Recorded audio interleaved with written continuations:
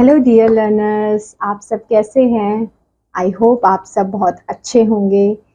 अब हम अपना थर्ड चैप्टर पढ़ने वाले। I hope first and second chapter is clear. Now we move on the third chapter. So the chapter name is natural resources, natural vegetation and wildlife. अब हम पढ़ने वाले हैं नेचुरल रिसोर्सेज क्या होते हैं, उनमें नेचुरल वेजिटेशन क्या है और वाइल्ड लाइफ क्या है। नेचुरल वेजिटेशन के बारे में हम देखें तो जो भी प्लांट्स हैं, the plants which grow naturally, जो प्लांट्स नेचुरली ग्रो होते हैं, ठीक है, वो हमारे नेचुरल वेजिटेशन में आएंगे। कौन से आएंगे? The plant which grow naturally are known as natural vegetation. The original natural vegetation of earth have been modified by the human beings. So आप natural vegetation से आप समझ लीजिए जो हमारे यहाँ पे जो भी प्लांट से रिलेटेड चीजें हो गई, ठीक है। अगर हम बात करें वाइल्ड लाइफ की, वाइल्ड लाइफ क्या होते हैं? Wildlife refer to all the animals, birds and organism. Wildlife animals से आप रिलेट कर सकते हैं, एनिमल्स, बर्ड्स, ये सब।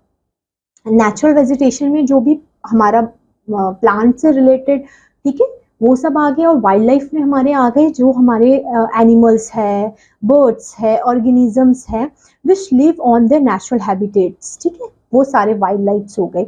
Only the biosphere of the earth supports the natural vegetation. हमारा जो अर्थ है वो ही सपोर्ट कर पाता है इन दोनों चीज़ों को, कि हमारे अर्थ में आपको पता है जितने प्लांट्स, फॉरेस्ट है, उतने ही आपने ऑर्गेनिजम्स, जानवर, ठीक है, वो देखेंगे। तभी हमारे अर्थ, हमारे यहाँ पे आपने सुना होगा कुछ वाइल्ड लाइफ सेंचुरीज होते हैं, कुछ नेशनल पार्क्स होते हैं, ठीक है। तो इन सबको ही कंजर्व करने के लिए ये बनाए जाते हैं, जो फ्लोरा और फौना हमारे जो अर्थ में है, हमारे इन्वायरमेंट में है, हमारे आसपास है, इनका कंजर्व करने के लिए ये सब चीज़ों को बनाया गया है, जिसमें नेशनल पार्क्स है, वाइल्ड लाइफ सेंचुरीज हैं, ये सब आएंगे। In the biosphere, there is interdependence and interrelationship among the living organisms and their physical environment, ठीक है। इन सब से इंटरडिपेंडेंस है, हम ये दोनों चीजें एक दूसरे पे डिपेंडेंट है, ठीक है। तो आपको ये चीजें पता चल गई ना कि हमारा जो बायोस्फीयर है उसमें ये दोनों चीजों का बहुत इंपॉर्टेंट रोल है, plants as well as the animals का। The interaction between the organism and their physical environment in the particular area is referred to ecosystem. Ecosystem क्या होता है? The interaction between the organism and the physical environment के बीच में जो interaction हो रहा है वो हमारा ecosystem है। Vegetation and wildlife are vulnerable resource of our country, ठीक है। फिर हम अगर बात करें हमारी चीजों के बारे में जिसमें ये चीजें बताई गई है, Biosphere is a narrow zone of a contact between the lithosphere, hydrosphere and atmosphere के बीच में, ये एक important चीज है। Biosphere क्या चीज का contact करता है? हमारी जो lithosphere है, hydrosphere related to water and atmosphere, इन सब का एक connect करता है, वो है biosphere. We get milk, meat, wool from the animals. The birds feed or insects have safe our plants or the crops. तो ये सारी चीज़ों के बारे में हमने इस चीज़ों में पढ़ना है कि कैसे, अगर मैं आपको इन सबको छोटा सा करके बताऊं तो हम इस चीज़ में देख रहे हैं कि कैसे हम अपने जितना रिच हमारा वेजिटेशन है, ठीक है, उसको कैसे कंजर्व करें। वेजिटेशन तो है, फ्लोरा तो कंजर्व करना है, फौना को कैसे कंजर्व करें, हमारी जो वाइल्ड लाइफ है, ठीक है, उनको कैसे हम कंजर्व करें, उनका कैसे यूज हो सके। तो ये सब चीज़ों के बारे में हम जानेंगे। सबसे पहले अगर हम बात करें distribution of natural vegetation, vegetation का कैसे डिस्ट्रीब्यूशन होता है, उसमें हम फर्स्ट पढ़ेंगे फॉरेस्ट के बारे में। फॉरेस्ट, जैसे मैंने बताया, natural vegetation related to the plant से, ठीक है, फ्लोरा से रिलेटेड है। तो फॉरेस्ट के बारे में देखेंगे कि डिफरेंट टाइप्स ऑफ फॉरेस्ट होते हैं। आपको पता है हमारे यहाँ पे कुछ स्टेट्स है जहाँ पे बहुत रिच वेजिटेशन है, ठीक है, due to their atmosphere, due to the climate, due to the area, due to the temperature, ये सारी चीज़ें इफेक्ट करती है उस चीज़ का वहाँ पे वैसा वेजिटेशन होने के लिए, ठीक है। तो अगर हम फॉरेस्ट के बारे में पढ़ते हैं, उससे पहले मैं आपको कुछ बताना चाहती हूँ कि हमारा जो फॉरेस्ट है, ठीक है, वो फॉरेस्ट में ना आप आपको पता होगा ये जैसे अगर मैं बना रही हूँ, ये हमारा अर्थ है, ठीक है। If I take a pen, I rub it like this, ठीक है।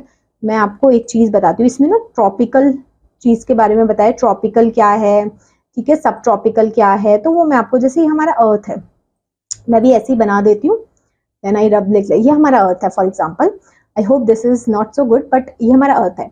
तो ये बीच की लाइन होगी इक्वेटर लाइन, 0 डिग्री की लाइन, ठीक है। फिर हमारा आपको पता है एक यहाँ पे है Tropic of Cancer, Tropic of Cancer and Tropic of Capricorn, ये 2 लाइन्स है। यहाँ पे 23.5 नॉर्थ में पड़ता है, ये समझ लेते हैं 23.5 साउथ में, ठीक है। तो ये पूरा एरिया ट्रॉपिकल एरिया आता है, ठीक है। This is the tropical area. Tropical area name suggest कि यहाँ पे ना बहुत अच्छा खासा टेम्परेचर रहता है, यहाँ पे बहुत ज़्यादा वेजिटेशन भी बहुत ज़्यादा होता है, रेनफॉल भी बहुत ज़्यादा होती है, हाई टेम्परेचर भी होता है, तो ये ट्रॉपिक एरियाज आते हैं। फिर इसके ऊपर अगर हम बात करें, यहाँ पे जो हमारे 2 होते हैं, 66 degree north and 66 degree south, ये हमारा टेम्परेट एरिया आ जाता है। यहाँ पे थोड़ा कम वेजिटेशन होता है, टेम्परेचर भी थोड़ा सा कम होता है as compare to the tropical areas. तो ये 2 चीज़ें I hope this is clear कि ये हमारे ट्रॉपिक एरिया कौन से होते हैं, जो कि ट्रॉपिक ऑफ कैंसर से लेके ट्रॉपिक ऑफ कैप्रिकॉन के बीच में आते हैं, वो सब ट्रॉपिकल एरियाज होते हैं, ठीक है। देन उसके बाद जो हमारे 66 डिग्री से लेके नॉर्थ से लेके 66 डिग्री साउथ तक है, वो हमारे के सारे टेम्परेट एरियाज होते हैं। फिर उसके अकॉर्डिंगली हमारे फॉरेस्ट वहाँ पे पाए जाते हैं। For example, forest on tropical region में कौन कौन से फॉरेस्ट पाए जाते हैं, किस टाइप के फॉरेस्ट पाए जाते हैं, जैसे मैंने बताया ट्रॉपिकल एरियाज बहुत रिच वैरायटी ऑफ वेजिटेशन के लिए जाना जाता है। वहाँ पे बहुत सारे वाइल्ड लाइफ्स मिलेंगे आपको, बहुत सारे नेशनल पार्क्स मिलेंगे, बहुत अच्छा खासा, क्यों, क्योंकि वहाँ का क्लाइमेट ऐसा होता है, वहाँ का वेजिटेशन ऐसा होता है, दैट्स वाई, ठीक है। The tropical forest has evergreen forest and deciduous forest, ये इसके एग्जांपल्स हैं। ये सारे ट्रॉपिकल एरियाज में ट्रॉपिकल फॉरेस्ट हमें पाए जाएंगे, ठीक है। फिर अब इसमें इंपॉर्टेंट चीजें क्या आती है, मैं इसका ना क्रिप्स आपको बता देती हूँ, इसमें क्या इंपॉर्टेंट चीजें हैं। यहाँ पे क्या होता है कि यहाँ पे मोस्टली ट्रीज हमेशा ना बहुत ज्यादा मतलब इनकी ट्रीज की लीफ शेड कभी नहीं करती, बहुत सारे हरे भरे एकदम एवरग्रीन फॉरेस्ट रहते हैं, एकदम ग्रीनरी रहती है यहाँ पे हमेशा, ठीक है। इसके एग्जाम्पल है रोजवुड, इबोनी, ये सारे इसके एग्जाम्पल्स है, ये यहाँ पे फॉरेस्ट हमें पाए जाते हैं। फिर कुछ एग्जाम्पल्स दे रखे कि कौन कौन से यहाँ पे एनिमल्स, वाइल्ड लाइफ पाए जाते हैं, लिजर्ड्स है, बैट्स है, स्क्वायरल्स है, मोंकीज है, स्नेक्स है, क्रोकोडाइल्स है। यहाँ पे देखा है ना आपने, ये सारे इसके सारे हमारे जो ऑर्गेनिज्म है, ये मोस्टली वहाँ पे पाए जाते हैं जहाँ पे अच्छा खासा वेजिटेशन होता है, ग्रीनरी होती है। तो एज अ नेम सजेस्ट, और इसके इंपॉर्टेंट चीज़ें ये चीज़ें, और 2 चीज़ें याद रखिए कि यहाँ पे एक तो क्लाइमेट हॉट रहेगा और रिसीव प्लेंटी ऑफ रेनफॉल, यहाँ पे बारिश भी ज़्यादा होगी, ठीक है। क्लाइमेट अच्छा खासा और बारिश अच्छी खासी। As there is no particular dry season, यहाँ पे ड्राई सीजन नहीं होता है, यहाँ पे अच्छा खासा, आप समझ लीजिए कि पूरा अच्छा खासा मौसम रहता है और अच्छा खासा वेजिटेशन यहाँ पे मिलेगा। देन टेम्परेट रीजन के बारे में पढ़ेंगे। I hope tropical region clear हो गया है, ठीक है। हमने पहले देखो, मैं थोड़ा थोड़ा क्रिप्स भी करती जाएंगी। नेचुरल वेजिटेशन हमने देखा, देन उसके बाद वाइल्ड लाइफ्स देखे, इन दोनों का कंजर्व करेंगे तो नेचुरल रिसोर्स हमारा कंजर्व रहेगा, ठीक है। फिर अगर हम नेचुरल वेजिटेशन को पहले पकड़े, नेचुरल वेजिटेशन में हम पढ़ेंगे सबसे पहले फॉरेस्ट के बारे में, कि फॉरेस्ट बहुत इंपॉर्टेंट है, एज वेल एज हम लोगों की डे टू डे नीड्स को फुलफिल करने के लिए forest is important, and conservation of forest is also important. फिर फॉरेस्ट के कुछ डिफरेंट कैटेगरीज है कि कौन कौन से फॉरेस्ट कहाँ पे पाए जाते हैं।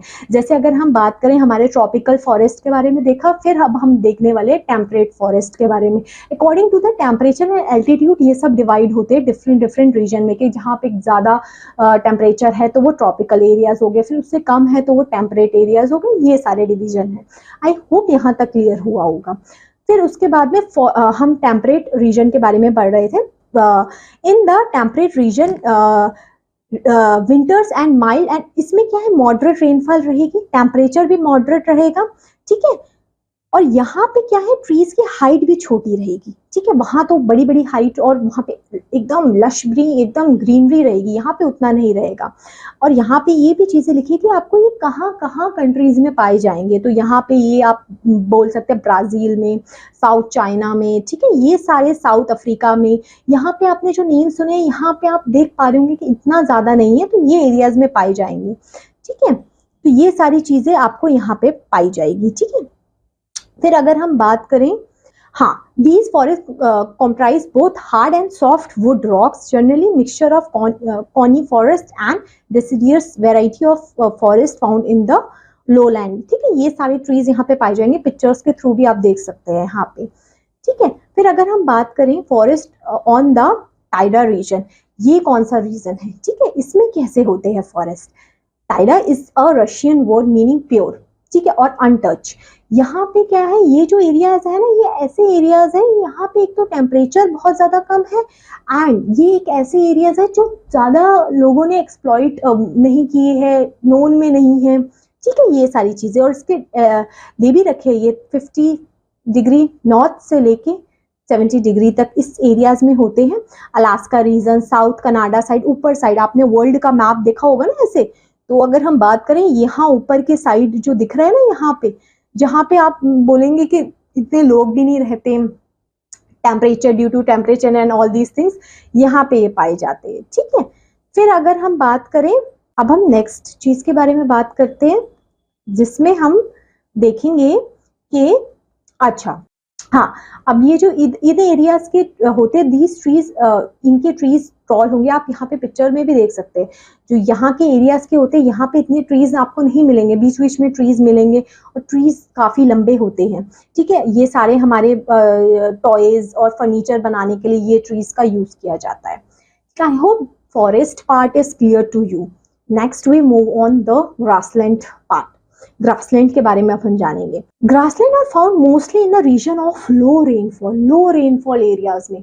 फॉरेस्ट तो हाई, जहाँ पे बारिश होती है वहाँ फॉरेस्ट, जहाँ पे उतनी बारिश नहीं होती वहाँ ग्रासलैंड्स पाए जाएंगे। आप पिक्चर्स में भी देख सकते हैं, this is type of grassland, ठीक है, यहाँ पे बारिश नहीं होती। The grassland of the world can be broadly be classified into two types, दो टाइप की है, tropical and temperate grassland. As मैंने आपको पहले ही क्लियर कर दिया, tropical and the temperate region, और क्या चीज है, इनके डिफरेंस क्या है, वहां पे टेम्परेचर ज्यादा है, यहाँ पे कम है, all these things. So tropical grassland का एग्जांपल क्या हो सकता है, सवाना, ठीक है। Savanna grassland is a example of tropical grassland, आपकी बुक में भी दे रखा है। These are the found on the either side of the equator. Equator के आइदर साइड, मैंने बताया ना, इक्वेटर की जो ऊपर नॉर्थ 23 एंड नीचे 23 डिग्री साउथ, इस एरियाज में वो पाए जाते हैं, ठीक है। तो ये एक ऐसा एरियाज है, और यहाँ पे कुछ कंट्रीज भी लिखी है जो इस एरियाज में पाए जाते हैं, जैसे अमेरिका में, वेनेजुला में, ठीक है, और लानोस भी इसका एग्जांपल है ट्रॉपिकल फॉरेस्ट, ट्रॉपिकल ग्रासलैंड का, ठीक है, जो कि आपको वेनेजुला में मिलेगा। इनके जो ग्रासेस होते हैं, the grasses grow here is very fall up to the height of इतने मीटर्स तक ही रहेगी, ठीक है, 3 to 4 मीटर्स तक ही इनकी ग्रासेस रहती हैं। These grassland are a home of large variety of animals। यहाँ पे काफी वैरायटी ऑफ एनिमल्स आपको दिखेंगे, ठीक है, आप ये फोटोज में भी देख सकते हैं, ज़ेब्रास, एलिफेंट्स आर देयर, ठीक है। I think this much is clear, ठीक है, ठीक है। हमने सवाना देखा ना, सवाना कहाँ पे था, ट्रॉपिकल ग्रासलैंड का नाम था, ठीक है, अफ्रीका साइड में सवाना के नाम से जाया जाता है। लानोस कहाँ बोला जाता है, हमारे वेनेजुला साइड में बोला जाता है, ठीक है। ये दो इंपॉर्टेंट है, llanos and savannas are the example of a tropical grassland. Next we move on temperate grassland. Next we move on temperate grassland. These are found in the mid latitude, mid latitude में पाए जाएंगे, ठीक है, in the interior part of the continent. The region are almost level, treeless, plain, suitable. इनकी degree लिखे देखिए, 40 degree से लेके 55 डिग्री लैटिट्यूड्स में ये बोथ द हेमिस्फीयर पाए जाते हैं, north as well as in the south, ठीक है। इसके कुछ एग्जाम्पल्स इंपॉर्टेंट है, that is very most important, ये आगे भी बहुत काम आते हैं। दैट इज स्टीप्स कहाँ यूरोप्स में बोला जाता है, पैम्पोज कहाँ बोला जाता है हमारा, ठीक है, और डाउन्स कहाँ बोला जाता है। ये डिफरेंट ग्रासलैंड के नाम लिखे, जैसे डाउन्स बोला जाता है हमारा ऑस्ट्रेलिया में, ठीक है। ये सारे एग्जाम्पल्स बहुत इंपॉर्टेंट है। वेल्स कहाँ बोला जाता है, हमारा साउथ अफ्रीका में, ठीक है। तो ये ग्रासलैंड्स के इंपॉर्टेंट नाम्स है, ये पूछ लिए जाएंगे कि ये सारे वेल्स है, ये कौन सी कंट्री में पाए जाते हैं, ठीक है। डाउन्स है, ये कौन सी कंट्री में पाए जाते हैं, ये ट्रॉपिकल ग्रासलैंड है या फिर टेम्परेट ग्रासलैंड। आई होप आप बता पाओगे, अगर किसी ने डाउन्स पूछा कौन से ग्रासलैंड होंगे, टेम्परेट, सवाना पूछा तो ट्रॉपिकल ग्रासलैंड्स होंगे, ठीक है। और उसका वो भी याद रखेंगे कि ट्रॉपिकल कहाँ पे होते हैं और टेम्परेट कहाँ पे पाए जाते हैं, ठीक है। और यहाँ पे कुछ एनिमल्स भी लिखे, आप ये फोटोज में भी देख सकते हैं। यहाँ पे इतनी ग्रीनरी नहीं है, ठीक है। यहाँ की जो ट्री जिनकी लेंथ होती है वो इतनी बड़ी नहीं होती है इनके ग्रासलैंड्स की। और यहाँ पे बफालोज, काउज, ये सारे एनिमल्स यहाँ पे पाए जाएंगे, ठीक है। फिर हम शर्ब्स के बारे में देखते हैं। शर्ब्स क्या होते हैं? Shrubs. These are short, bushy plants. In these type of plant, stems is not very thin, but it is hard and woody. Shrubs have a number of branches which arises from the bases of stem. For example, ये सारे shrubs होते हैं जो grassland से थोड़े से बड़े होते हैं, ठीक है, वो होते हैं। फिर हम बात करते हैं desert vegetation. Desert vegetation क्या है? Thorny bushes are found in the dry region. आपने पता है ड्राई रीजन में थॉर्नी बुशेस होते हैं। Tropical deserts are suitable in the western margin of the continent. The tropical deserts have very high temperature. Tropical desert में, tropical नाम से ही समझ जाओ क्या है, टेम्परेचर ज्यादा है, दैट्स इट, ठीक है। And extreme low rainfall. Desert area तो वहां पे क्या है, टेम्परेचर ज्यादा है, रेनफॉल कम है, that's why it is a desert, ठीक है।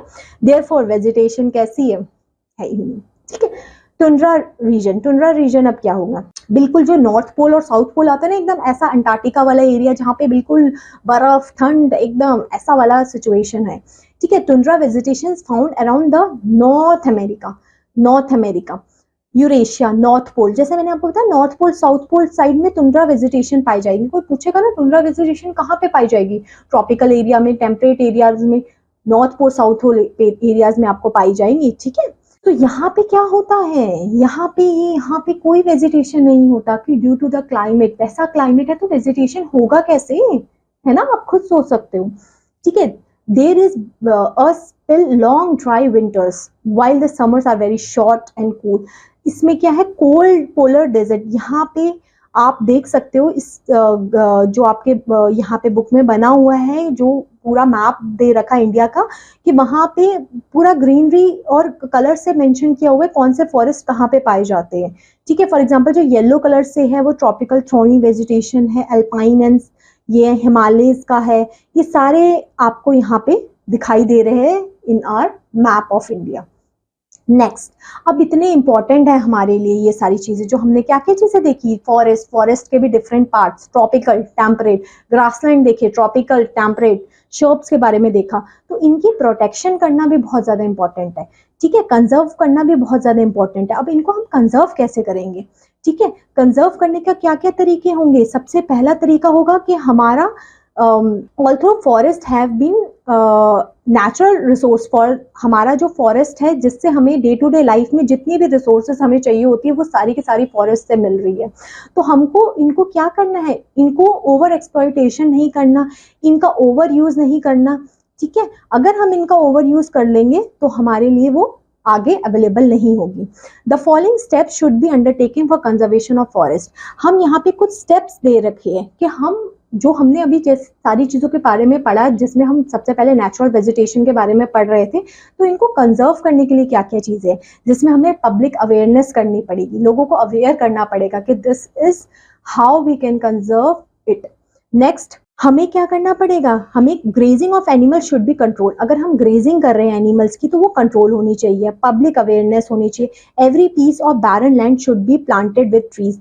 कहीं पे ऐसे खाली जमीन है तो उसमें प्लांट्स लगाओ। अगर प्लांट्स उगते हैं तो बहुत इंपॉर्टेंट है, एक तो ऑक्सीजन मिलेगी आपको, वुड मिलेगा आपको, हवा मिलेगी अच्छी आपको, उसका शेड मिलेगा आपको, अच्छा इन्वायरमेंट रहेगा, ये तो है ही, बट उसके साथ साथ सॉइल इरोजन नहीं होगा। बहुत सारे एडवांटेज है if you grow a plant, that's why हम बोलते हैं ना हमें प्लांट लगाना है। तो ये सारी चीजें फिर अगर बात करें, suitable steps should be taken to protect the forest. हमें स्टेप्स ऐसे लेने पड़ेंगे कि अवेयरनेस करो, गवर्नमेंट डिफरेंट इनिशिएटिव निकालती है, हमें खुद अवेयर करना है, आसपास ऐसा होता है तो आप बताइए। तो ये सारी चीजें, हमें चीजों को यूज करना पड़ेगा if you want to conserve our natural vegetation. Next, wildlife resource. Next topic है हमारे वाइल्ड लाइफ। आई होप मैंने नेचुरल वेजिटेशन अच्छे से क्लियर किया होगा।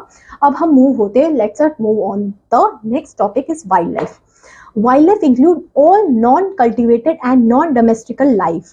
plant and animal in its natural surrounding and habitat. The natural maintenance and environment balance if the relative number of species is not disturbed, but the human activity in several part of the world have greatly disturbed the natural habitat of the. ये सारी चीजें लिखी गई है कि हमें किस तरीके से हमारा जो भी वाइल्ड लाइफ है, जो हमारे एनिमल्स हैं, इन सबका किस तरीके से डिस्ट्रीब्यूशन हम करेंगे, ठीक है, वही हम देखेंगे अभी आगे. Distribution of wild life. Each part of the earth has its own mix of animals. मैंने आपको बताया ना कि wild life is related to animals. हमारे पूरे अर्थ में डिफरेंट रीजन्स है, according to the climate different animals आपको मिलेंगे, ठीक है. आपने शीप्स वगैरह वो आपको यहाँ नहीं मिलेंगे दिल्ली में, ठीक है. अब आप बोले कैमल्स, वो आपको यहाँ नहीं मिलेंगे भाई, उनकी क्लाइमेटिक कंडीशंस बहुत डिफरेंट है अकॉर्डिंग टू नॉर्दर्न हेमिस्फीयर, ठीक है. वो आपको डेजर्ट्स में ही मिलेंगे. तो लाइक दिस, ठीक है. तो ये सारी चीजें इंपॉर्टेंट हैं, जिसमें हम सबसे पहले बात करते हैं हम अपने एशिया के बारे में. एशिया इज एक्सट्रीमली बहुत अच्छी खासी वैरायटी ऑफ आपको वाइल्ड लाइफ एशिया कॉन्टिनेंट में मिलेगी. India is a part of Asia continent. हाँ, डिफरेंट कॉन्टिनेंट्स है, 7 कॉन्टिनेंट्स हमारे पूरे वर्ल्ड में होते हैं. सबसे बड़ा कॉन्टिनेंट एशिया है, सेकंड नंबर का अफ्रीका है, थर्ड नंबर का नॉर्थ अमेरिका है, फोर्थ का साउथ अमेरिका है. नेक्स्ट आप बताएंगे. और सबसे छोटा कौन सा है वो भी आप सोच के बताइए, क्या सबसे छोटा कॉन्टिनेंट कौन सा होगा, ठीक है. तो सबसे बड़ा कॉन्टिनेंट के बारे में हम सबसे पहले देखते हैं, जिसमें हमारा एशिया है. एशिया है एक्सट्रीमली, जिसमें हमारे एशिया में क्या क्या चीजें आपको मिलेगी. टाइगर्स, एलिफेंट, मॉन्कीज, ये सारे आपको यहाँ पे मिलेंगे, ठीक है. ट्रॉपिकल एरियाज में आपको मिलेंगे, ठीक है. और ये सारी आपको वाइल्ड लाइफ यहाँ पे एशिया रीजन में मिलेगी. ये कुछ नाम्स लिखे हुए हैं आपकी बुक्स में, ठीक है. आप उसको जस्ट एक थोड़ा सा आइडिया ले सकते हैं. फिर अफ्रीका रीजन में कौन कौन से वाइल्ड लाइफ आपको मिलेंगे, जिसमें बहुत सारे लिखे हैं. इसमें डियर से लेके, जिराफ से लेके, ज़ेब्रा से लेके, एलिफेंट से लेके, ठीक है. और यहाँ पे आपको पता है एक और ग्रासलैंड पाया जाता है, आई थिंक आपको पता होगा, अफ्रीका में सवाना. वेरी गुड, अफ्रीका में पाया जाता है ना ग्रासलैंड, ट्रॉपिकल है ना वो. Very good, that is good, ठीक है. फिर अगर हम बात करें, यहाँ पे डिफरेंट एनिमल्स लिखे गए हैं, चाहे वो आपका राइनोज हो, क्रोकोडाइल्स हो, गोरिल्लाज हो, ये सारे आपको चिंपांजी वगैरह अफ्रीका एरिया में पाए जाएंगे. Africa continent, sorry for that.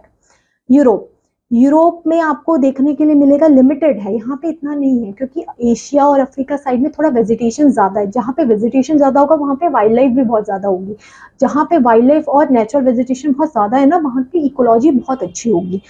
पर आपने देखा होगा यूरोप साइड ऐसा नहीं है, ठीक है. Europe has limited wildlife as almost of the forest has been clear. वहाँ पे इतना फॉरेस्ट वगैरह है नहीं, आपने देखा होगा वहाँ पे इतनी वेजिटेशन है ही नहीं, इसलिए वो उनको हर कंट्रीज से अपना इंपोर्ट कराना पड़ता है ये सारी चीजें, ठीक है. क्या चीजें, जितने भी ये एग्रीकल्चर के आइटम्स होते हैं, वहाँ पे इतना अच्छा एग्रीकल्चर है ही नहीं, बिकॉज लैंड ही नहीं है वहाँ पे इतना फर्टाइल कि वहाँ पे वेजिटेशन हो पाए इतनी अच्छी. तो यहाँ पे ये सारे एनिमल्स आपको पोलर बियर से लेके ये सारी bears and all these things will be there, wildlife are there in Europe reason.